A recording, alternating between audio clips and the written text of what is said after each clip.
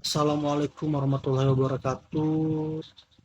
Perkenalkan, nama saya Muhammad Irfan Maulana, dengan NIM 2311102431011. Jadi di sini saya akan mempresentasikan tugas proyek, yaitu dengan tema membedah perilaku organisasi dalam organisasi nyata.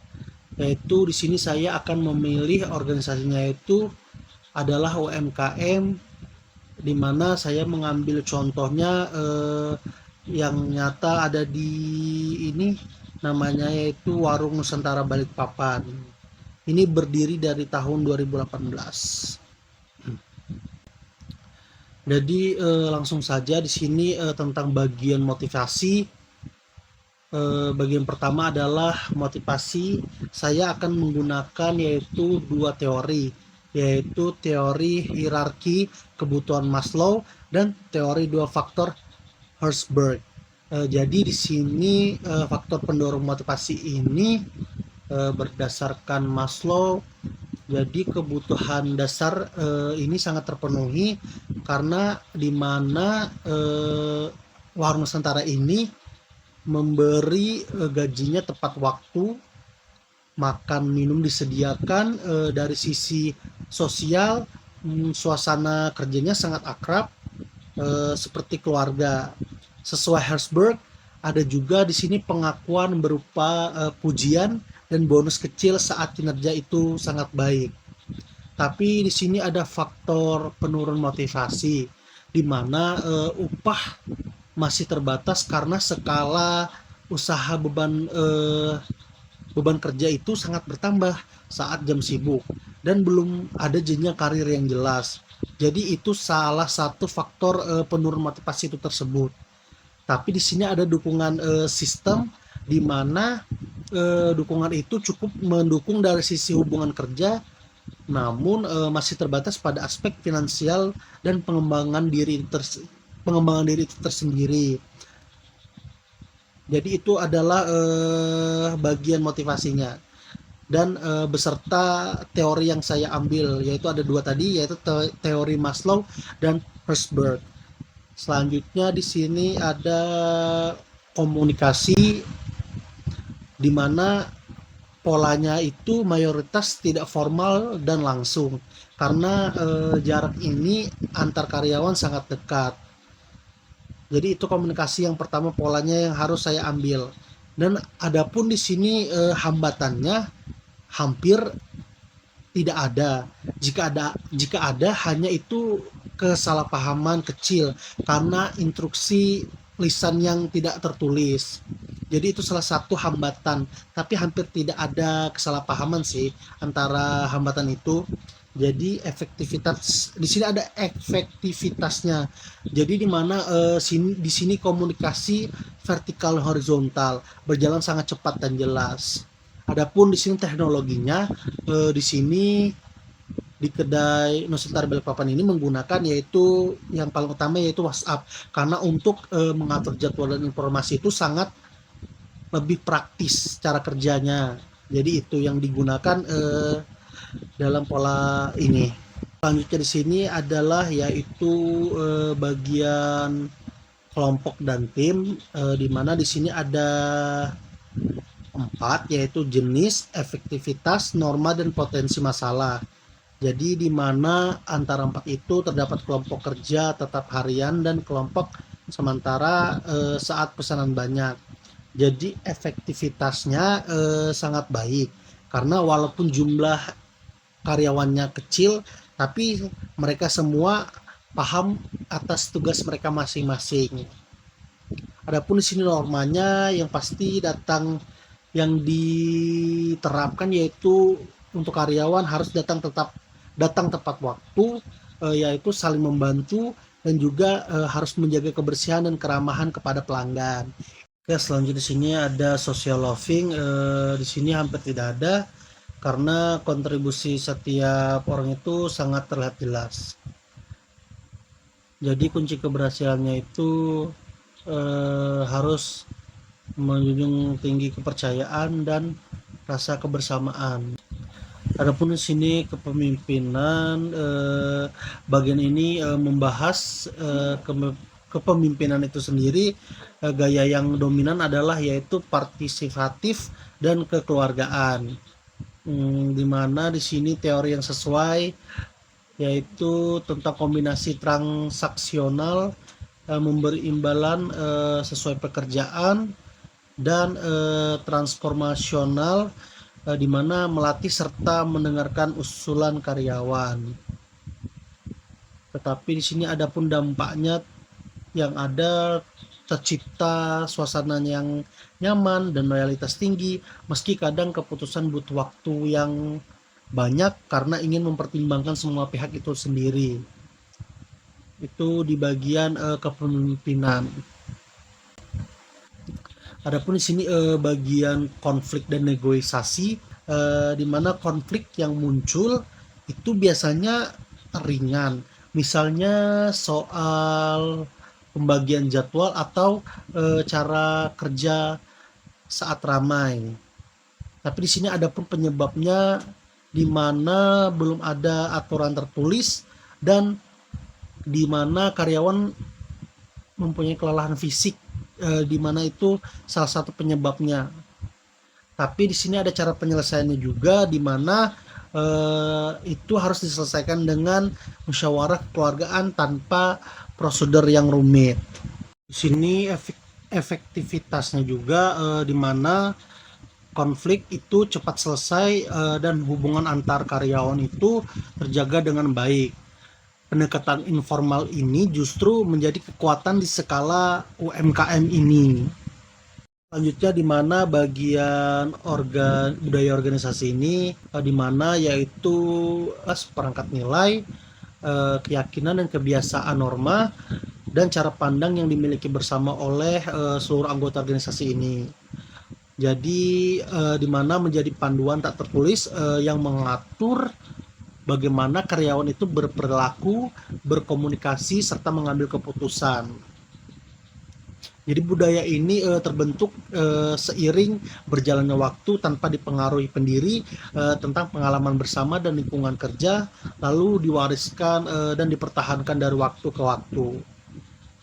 Jadi di sini juga terwujud nyatanya, di mana terlihat dari kebiasaan saling menyapa dan menanyakan kabar sebelum mulai bekerja, serta penggunaan seragam sederhana sebagai identitas, itu kebiasaan makan bersama saat jam istirahat, serta sikap saling bantu-membantu tanpa harus diminta saat kedai sedang ramai.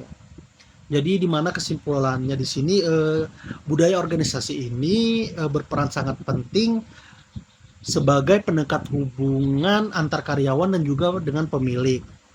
Di sini juga ia membuat suasana kerja itu sendiri menjadi hangat tanpa mengurangi kesenjangan hubungan dan menumbuhkan rasa memiliki terhadap usaha itu sendiri.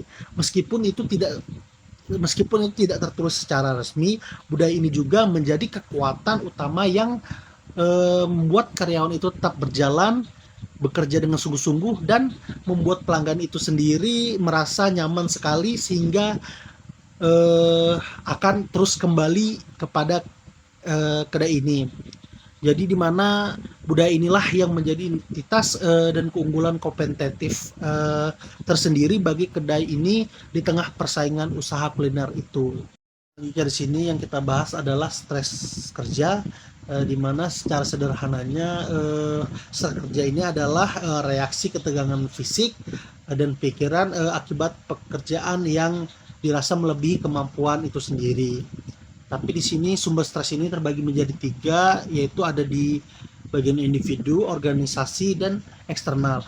Di mana di bagian individu ini pasti akan kelelahan fisik akibat jam kerja panjang, serta kekhawatiran soal pendapatan dan kesehatan. Adapun di sini organisasi, pasti beban bekerja itu bertambah saat jam ramai dan juga harus menjaga kualitas makanan tetap konsisten dan keterbatasan jumlah tenaga. Adapun eksternalnya, pasti kenaikan harga baku itu tidak menentu serta persaingan usaha di sekitar. Jadi dampaknya jika dibiarkan karyawan itu cepat lelah, konsentrasi itu turun, mudah marah, dan bisa menurunkan kualitas pelayanan pada pelanggan. Jadi kesimpulannya, di mana tingkat stres ini masih terkendali, namun dukungan tim dan pimpinan membuat tekanan kerja itu tidak berubah menjadi masalah besar, sehingga kinerja itu tetap terjaga dengan baik. Yang selanjutnya adalah analisis kritis sebagai pemimpin. Jadi jika saya berperan sebagai pemimpin, saya akan melihat ada 3 masalah utama yang perlu segera diperhatikan dan ditangani dengan sungguh-sungguh agar usaha itu dapat berjalan dengan lancar dan berkembang berkelanjutan. Yang pertama adalah yaitu dari sistem pemberian gaji dan insentif. Belum dituangkan dalam aturan itu dengan tertulis dan jelas.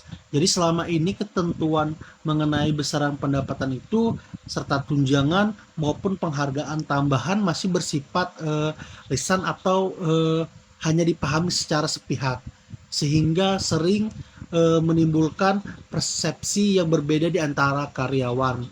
Adapun yang kedua, di mana belum tersedianya standar kerja baku yang berlaku untuk semua bagian, tapi tanpa panduan yang seragam, cara menyelesaikan tugas-tugas itu bisa berbeda-beda antar orang lain, jadi hasil pekerjaan itu sulit diukur kualitasnya. Adapun yang ketiga, terjadinya penurunan semangat kerja. Jadi di mana kondisi ini usaha sudah terasa stabil dan tidak ada tantangan baru. Saat situasi terasa aman dan datar, jadi seringkali muncul rasa jenuh, tanggung jawab pun berkurang, dan serta inisiatif pun untuk berbuat lebih baik menjadi menurun secara perlahan. Adapun sini bahaya yang mengintai jika masalah ini dibiarkan terus-menerus, akan dampaknya terasa nyata. Jadi di mana karyawan ini bisa merasa tidak dihargai dan tidak memiliki kepastian masa depan, sehingga loyalitas terhadap perusahaan itu sendiri makin luntur. Akibatnya kinerja menurun ini, kesalahan kerja makin sering terjadi, dan pada akhirnya kemajuan usaha pun ini akan terhambat, bahkan bisa tertinggal dari pesaing di pasar. Jadi di sini solusi yang saya terapkan untuk mengatasi hal-hal tersebut ada 3. Yang pertama itu pasti saya membuat skema gaji dan bonus yang sederhana tapi transparan. Yang kedua, menyusun panduan kerja dan standar operasional secara tertulis sehingga menjadi acuan yang jelas dan memudahkan pengawasan serta menjaga kualitas hasil kerja tetap konsisten. Yang terakhir, yang ketiga, pasti saya akan mengatur jadwal istirahat dan libur yang teratur untuk memulihkan tenaga, sekaligus untuk membuka kesempatan bagi karyawan mengikuti pelatihan atau pengembangan kemampuan agar mereka tetap memiliki tujuan, tantangan baru, dan semangat untuk terus berkembang bersama perusahaan itu sendiri. Oke, yang selanjutnya yang terakhir adalah kesimpulan dan jawaban reflektif dan penutup. Berdasarkan seluruh analisis yang telah saya lakukan, dapat diambil kesimpulan di mana dalam UMKM ini perilaku organisasi berjalan sederhana namun efektif, dengan kelebihan utama pada hubungan kekeluargaan yang mempermudah komunikasi dan kerjasama. Adapun serta faktor pendorong utama kinerja bukan hanya materi, tetapi melainkan suasana kerja yang akrab dan kepercayaan antar anggota. Dan juga di sini tantangannya adalah keterbatasan sistem tertulis serta sumber daya dan kesempatan pengembangan diri karyawan. Dan juga perbaikan pada sistem dan aturan yang jelas akan membuat UMKM ini lebih kuat, teratur, dan siap berkembang lebih besar di masa depan. Adapun di sini jawaban reflektifnya sebagai penutup, saya akan menjawab pertanyaan reflektif. Faktor apa yang paling menentukan keberhasilan organisasi modern? Jadi menurut saya faktor paling menentukan adalah yaitu budaya organisasi berdasarkan teori, di mana budaya ini menjadi fondasi yang mengatur motivasi, komunikasi, serta kepemimpinan dan kerja tim. Pada UMKM ini terbukti meski modal terbatas, budaya kekeluargaan membuat usaha itu bertahan dan berkembang selama bertahun-tahun. Jadi contoh lain, banyak perusahaan besar yang sukses karena membangun budaya kerja yang kuat dan positif. Jadi itu saja, demikian seluruh hasil analisis saya. Mohon maaf jika ada kekurangan dan dalam penyampaiannya. Semoga bermanfaat. Terima kasih atas perhatiannya. Wassalamualaikum warahmatullahi wabarakatuh.